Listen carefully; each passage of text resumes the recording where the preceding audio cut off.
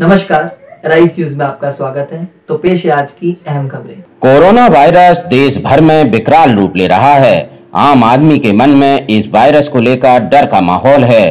Corona virus से कैसे बचें? इसके साथ ही अगर किसी को कोरोना हो जाए तो उसे किस तरह के उपाय करने चाहिए, आदि सवालों के जवाब दे रही हैं रुड़की की मशहूर चिकित्सक डॉक्टर संगीता। सबसे पहले मैं आपको ये बताना चाहती हूँ कि जब हम घर पे रहते हैं तो हमको अपनी ऑक्सीजन लेवल को ज़रूर चेक करना चाहिए। अगर हमारा ऑक्सीजन लेवल 94 तक रहता है तो हमें कोई भी घबराने की ज़रूरत नहीं है। लेकिन अगर हमारा oxygen day by day fall हो रहा है तो वो ठीक नहीं है। हमें तुरंत मेडिकल एड और हेल्प की ज़रूरत पड़ती है। हमें क्या करना है, सबसे पहले अपनी ऑक्सीजन गिरे ही नहीं। हमको क्या कर रहा है कि जो शुरू के 5 डेज़ हैं, अक्सर लोग शुरू के जब 5 डेज़ ऑफ फीवर है उसमें हम केयर नहीं करते। शुरू के 5 डेज़ और फीवर को हम ये सोचते हैं कि फीवर हुआ है, हल्का सा जुकाम है, ठीक हो जाएगा, बात ख़त्म। पर ऐसा नहीं होता है। शुरू के 5 डेज़ और फीवर के बाद जो थोड़ा बहुत जुकाम होता है वो ठीक हो जाता है, फीवर भी ठीक हो जाता है, लेकिन पेशेंट ध्यान ही नहीं देता और उसका 7वें दिन अचानक फीवर बहुत तेज़ हो जाता है।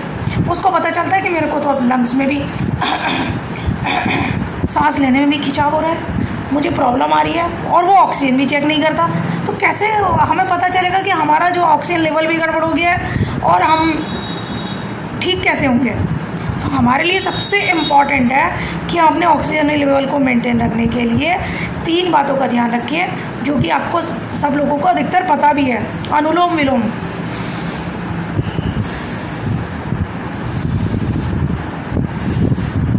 ये एक प्रक्रिया अनुलोम विलोम। दूसरी डीप ब्रेथ,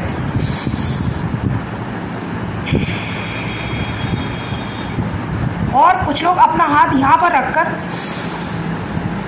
5 सेकंड गिन सकते हैं और उसके बाद छोड़ें। ये एक्सरसाइज एक दिन में अगर हम 3 बार और कम से कम 5-5, 6-6 बार करेंगे, यानी ये वाला 5 बार इस नोज़ में, 5 बार इस नोज़ में, यानी 10 बार, ऐसे एक दिन में 30 बार ऐसे ही डीप लेना और छोड़ना, ऐसे कम से कम 5 बार एक बार में, और 3 या 4 बार करें तो हमको फ़ायदे होंगे। तीसरी चीज़ है गुब्बारा फुलाना।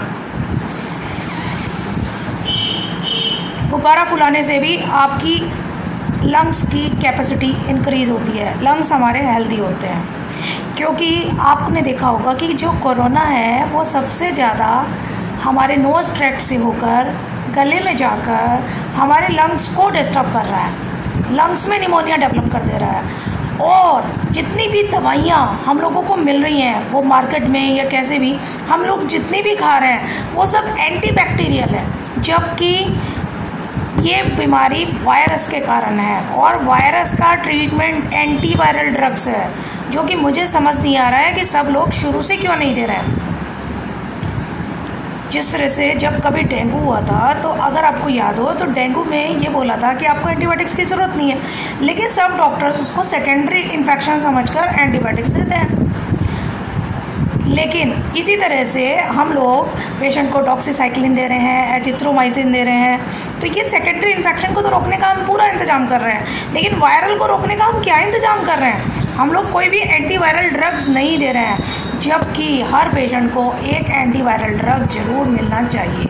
As I think, as my concern, lungs का निमोनिया केवल एंटीवायरल ड्रग्स देने पे ही ठीक होगा, क्योंकि वो वायरस अंदर घुसकर इतनी कॉलोनीज बना देता है और बाद में आपके ब्लड क्लॉट्स भी बन जाते हैं, जिसके बाद जो हार्ट पेशेंट होते हैं, हाइपरटेंशन के पेशेंट होते हैं, आप कहते हैं कि जी साहब उनको हार्ट अटैक आया और वो मर गए, तो वो हार्ट अटैक की वजह से नहीं मरते हैं, ड्यू टू कोरोना ही मरते हैं। लेकिन कोरोना का साइड इफ़ेक्ट्स के रूप में शुगर पेशेंट है उसके लिए इतना डेंजरस है, जस्ट डबल।